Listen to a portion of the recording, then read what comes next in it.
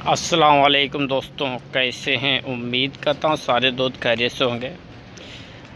आज के वीडियो का जो हमारा टॉपिक है वो स्पीड का है, पिकअप का है। कि गाड़ी है ये फुली ऑटोमेटिक जर्मन की गाड़ी है और इसमें प्रॉब्लम ये गाड़ी 60 की स्पीड तक जब भागती है, बस उसके ऊपर नहीं जाती है। और जैसे ही चढ़ाई आती है तो क्या होता है, ये गाड़ी पिकअप तोड़ देती है। तो गाड़ी में क्या प्रॉब्लम है, गाड़ी को मैंने डायग्नोसिस किया है और सारे काम किया है। इस वीडियो में आपको बताना चाहूँगा कि जैसा कि मेरे साथ जो है, ज़रूरी नहीं है कि वो आपके साथ भी हो। आप अपनी स्क्रीन के ऊपर देख सकते हैं, जैसे कि बूस्ट प्रेशर सेंसर जो फर्स्ट था वो मैंने चेक कर लिया। टर्बो जिसे बोलते हैं, गाड़ी में जो मेन फॉल्ट आ रहा था वो आ रहा था crank shaft position sensor signal too low. इसी के अंदर खास बात ये है कि जैसे ही गाड़ी को स्टार्ट करेंगे तो ये करंट हो जाएगा और बंद करेंगे तो ये स्टोरेज हो जाता है। तो सबसे पहले जब सेंसर था तो सेंसर के ऊपर मैंने काम किया, सेंसर को क्लियर किया। उसके बाद आप देखेंगे इसके जो हमारे जिसको हम बोलते हैं प्लंजरों को चेक किया, वो भी 6 के 6 बिल्कुल सही है।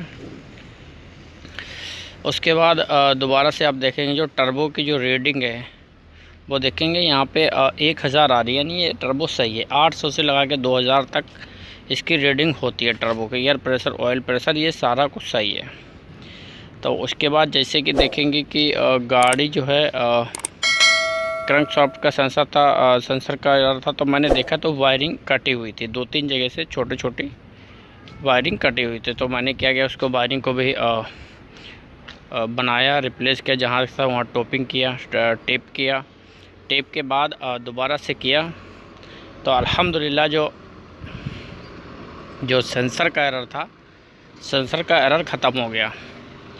जो सेंसर का एरर था वो ख़त्म हो गया, लेकिन जो और प्रॉब्लम थी वो अभी तक सेम ही थी। जैसे कि आप स्पीड की बात करें, स्पीड पहले जैसी थी सेम वही है। तो जैसा कि आप देखेंगे मेरे हाथ के ऊपर तार कई जगह से कटी हुई है, केम शाफ्ट और क्रैंक शाफ्ट दोनों की। तो इसको भी रिपेयरिंग कर दिया मैंने और डायग्राम से इसके ऊपर चेक किया तो 5 वोल्ट करंट भी आ रहा है, करंट का कोई प्रॉब्लम नहीं है। लेकिन गाड़ी में दिक्कत क्या है ये किसी को भी समझ नहीं आ रही। और एक बात और भी मैं आपको बताता चलो, गाड़ी के अंदर क्लच बिल्कुल नया डला हुआ है और क्लच ड्राइवर बोलता है क्लच डालने के बाद ही ये प्रॉब्लम आई, उससे पहले प्रॉब्लम नहीं आई। तो आप देखेंगे वायरिंग मैंने खोल रखी है, पूरा चेक किया। चेक करने के बाद तो आप देखेंगे जैसे कि ये पुराना फ़ोटो है। तो जैसे गाड़ी को स्टार्ट किया, अभी देखो करंट आ गया लिखा हुआ 310 करंट। ये स्टार्ट होने के बाद करंट क्यों आ रहा है, सबसे बड़ी प्रॉब्लम ये है। और जैसे गाड़ी को बंद किया देखेंगे तो स्टोर हो गया। तो इस पोजीशन में बंदा यही समझेगा कि सेंसर ख़राब है। तो फिर मैंने जो इसका सेंसर भी रिप्लेस कर दिया। तो गाड़ी रास्ते में थी तो सेंसर नहीं था हमारे पे, तो सेंसर मैंने जो ऊपर का सेंसर था वो नीचे लगा दिया क्रंक शाफ्ट का, क्रंक शाफ्ट में, और क्रंक शाफ्ट का जो केम सॉफ्ट में लगा दिया, यानी चेंजेस कर दिया।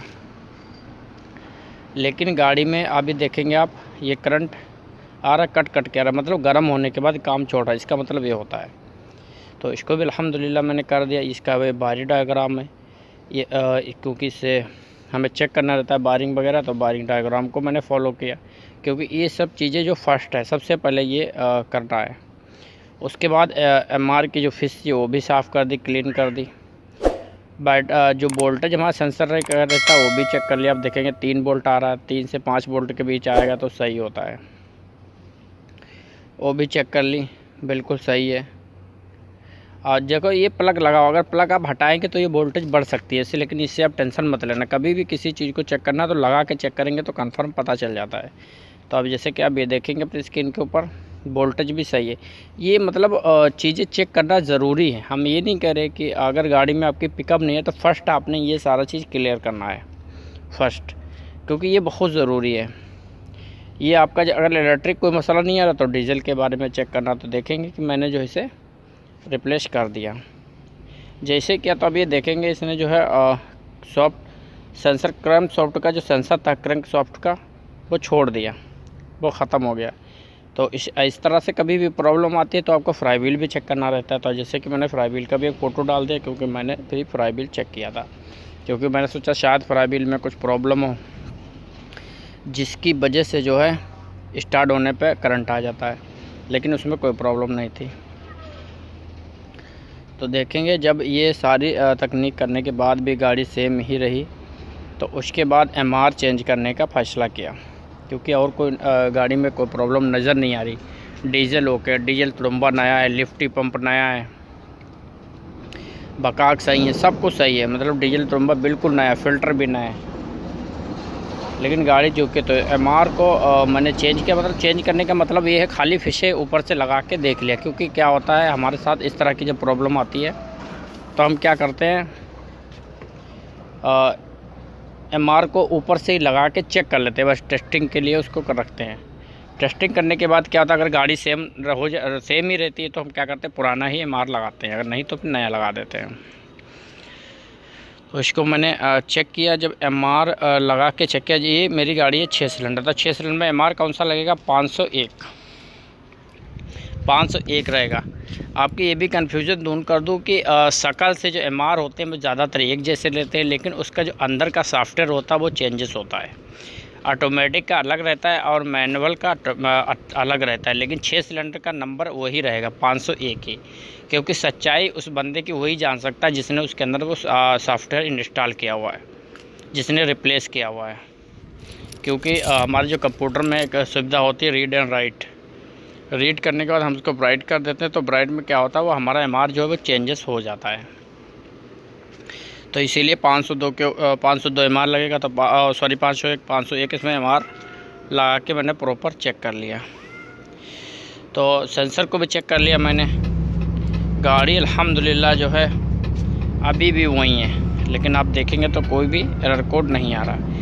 फाइनली जब गाड़ी को चेक किया गया, तो उसके बाद क्या फ़ैसला ये किया गया कि ऐसा करते हैं कि इसकी सारी डीजल लाइन को क्लीन करते हैं। और सब कुछ करने के बाद फिर फाइनली जो फ़ैसला लिया गया, वो फ़ैसला ये लिया गया, डीजल मैकेनिक प्लस इलेक्ट्रीशियन ने दोनों ने मिलकर ये फ़ैसला किया कि इसकी डीजल लाइन को क्लीन करते हैं। फिर जब हमने पूरी डीजल लाइन को जो है क्लीन कर दिया, यानी ओबामा को और जो भी इसके बीच की जो पाइपें रहती हैं एमआर के ऊपर जो फिस रहती है, शारों को जो है जब मैंने क्लीन किया तो क्लीनिंग में कोई ख़ास चीज़ तो नहीं निकली, लेकिन अल्हम्दुलिल्लाह गाड़ी जो है बिल्कुल ओके हो गई, गाड़ी ओके हो गई। ये एक दिन पूरा काम करने के बाद शाम के टाइम में हम लोगों ने जैसे ही पाइपों को क्लीन किया, अल्हम्दुलिल्लाह गाड़ी हो गई। तो ये सारी चीज़ें बदलने, वीडियो बनाने का ये मतलब है, आप डीजल तुरुम्बा चेंज करने से पहले जो है उसकी डीजल की लाइनें ज़रूर क्लीन करें, क्योंकि जो हमने मिस्टेक की है वो आप लोग मिस्टेक ना करें। और जो रहा एरर आपका, जो मैं बता रहा हूँ क्रैंकशाफ्ट पोजीशन सेंसर का, उसका क्लियर होना ज़रूरी है, क्योंकि जब तक वो क्लियर नहीं होता है, जब तक आप स्पीड के बारे में जानकारी नहीं ले सकते, क्योंकि सेंसर फर्स्ट है। अस्सलाम वालेकुम।